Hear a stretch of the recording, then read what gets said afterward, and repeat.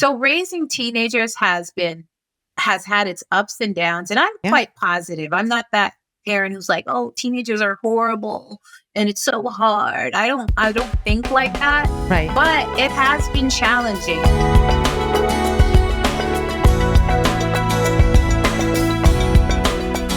Let's talk about discipleship in the teenage years, because you've now, as you said, you've got a house full of teenagers, and you've got one now adult child who's out of your home and in college.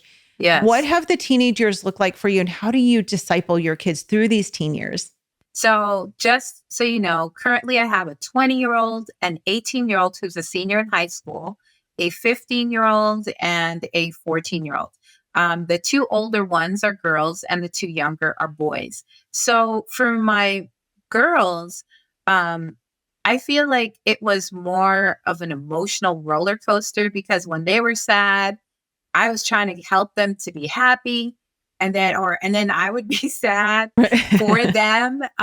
Yeah. But it has actually been pretty good because I see my 20-year-old who's now in her second year of college. I just see the fruit of everything that her dad and I and all the different people God sent into our life, everything that was poured into her. I see it just coming out. Like this girl has so much confidence. And it's funny because when she was younger, and during her teenage years, I feel like that was definitely an area of struggle. She really struggled to find people to connect with and friendships.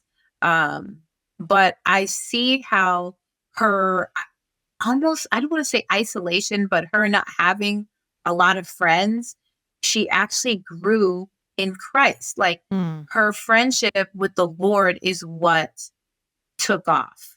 And it wasn't like she was like out there like, yeah, I'm out here preaching the word. It wasn't like that. It was just like her learning how to go to God with her challenges, with her struggles, and,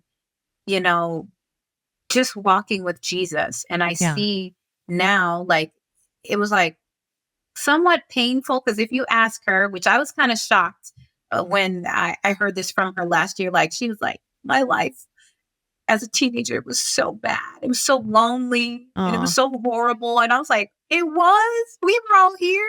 But to her, it was really not that fun. But now the Lord has blessed her in her college years. She goes to a wonderful Christian college and she is thriving. She is doing so well.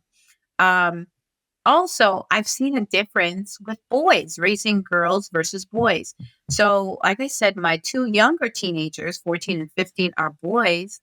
And one of the things, like, I was like this with my boys, like their whole lives. Yeah. And then just last year, I started to notice, like, my boys don't listen to me like they used to. And I'm not a weak mom. I'm strong. I know I have to be a little stronger with my boys. But even in my strength, I would notice they're not like adhering to me like they used to. Yeah. And one of the things I kind of came to, I think my mom told me that. She's like, Nanette, when your boys get to be teenagers, sometimes they just don't listen to you, but like they do a man. And I noticed that, like, my boys do martial arts, they do jiu-jitsu. And one day the professor, that's what they call the head coach, asked me, how are the boys doing? He's a Christian, by the way. So he caught me on the wrong day because he asked me and I told him. Yeah. And I was like, listen, this one's not listening. This one I got to talk to like so much. This one's acting a fool in class. We homeschool. They go to school once a week. And he just caught me on the wrong day. So I just let the coach hear everything. Do you know? He's like, okay, Mrs. Brown. We had a great conversation. I didn't know this happened, but when my boys came back to the car, like about an hour and a half later, they're like, Mom, what did you tell Professor? And I was like, why? And then he's like, because one of them said he called me out and we had a conversation. That conversation, the professor ended up praying with him.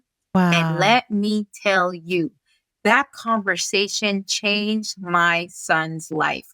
I didn't know it directly at that time, but at Wow. the time we were really struggling with disrespect. Mm. He was very like he would say stuff to me and my husband, and we're like, "Are you kidding me? Like, Right. life Where is is not that a coming from? YouTube." Yeah, like you're acting like I could feel like YouTube coming out of you, like you're watching Yeah. memes, and then you're bringing it back to me and dad, and like Right. he would act like he didn't know. Like, and I realized I don't even think they know what respectful is, and you have to like say, "Okay, that's not appropriate." Sure. But anyways, his talk with his professor, who again was a Christian, really altered him because he he, the he told me what was said later. I didn't know immediately, but the professor told me, "Listen, you need to respect your mom and you need to love her because she's sacrificing for you.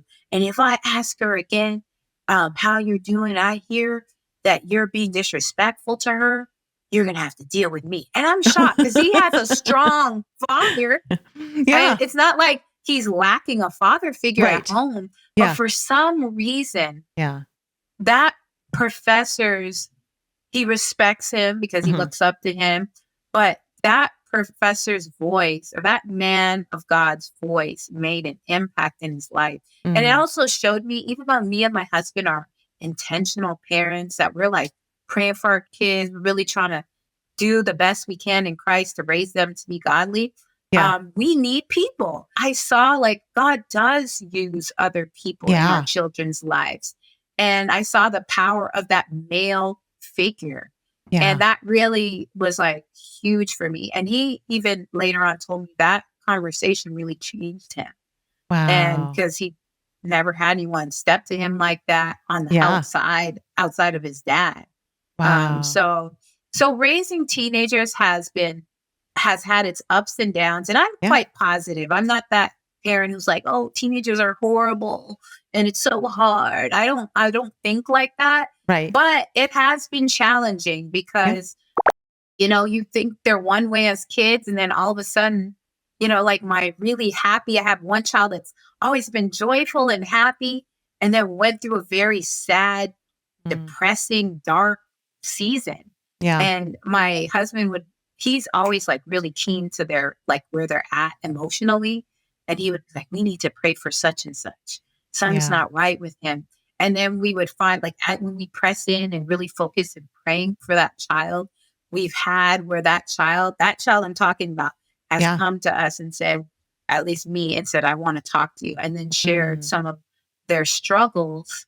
Um, that I'm like, "Oh, that's why you've Wow. been like this." Yeah. So I think one of the keys in raising teenagers is we need to, even if they're good and they're compliant, we still need to be in tune with where they're at Yeah. emotionally, Yeah. mentally. We need to be checking in, and we can't just assume because they're compliant that they're good or that they're Yeah. obedient that they are good internally. We need Yeah. to um, be actually physically saying, "Hey, how are you?" And like delving deeper, asking questions, making Right. ourselves available. And then even when they don't want to talk, when we want to talk, when they show interest in sharing, dropping everything and being completely Yeah. available. So raising teenagers has its ups and downs, but I actually love it because I'm up for the challenge. Yeah. God's put me here on this earth to Yeah. raise these kids, and Amen. we're going hard doing it. Yeah. It is such a great thing to have a good relationship with your kids. Yeah. And sometimes, and I appreciate you sharing that, because I think sometimes we feel as parents, if things are not going the way that we think they should, because we have this idea, right? We have this fantasy as parents of like, well, I'm going to homeschool my kids and we're going to have this great relationship and everything's going to go great. And my kids are going to obey and they're going to be respectful and they're going to do all the things. And then when they don't do that, we like want to freak out and go, what's going on? Why are they not doing the things I want them to do? And I've had that with both of my girls times Yeah. where, but you know what? I've had enough moms who have gone before me who have said, it's going to happen. Don't freak out when it happens. Just be there with Yeah. them, listen to them, pray with them, talk with them. And they'll get through this phase of life and then move on to the next one. Homeschool Insights is sponsored by CTC Math. If you're looking for a great online math program, visit ctcmath.com and try it for free. For more great homeschool inspiration and resources, listen to the Schoolhouse Rocked podcast every Monday, Wednesday, and Thursday.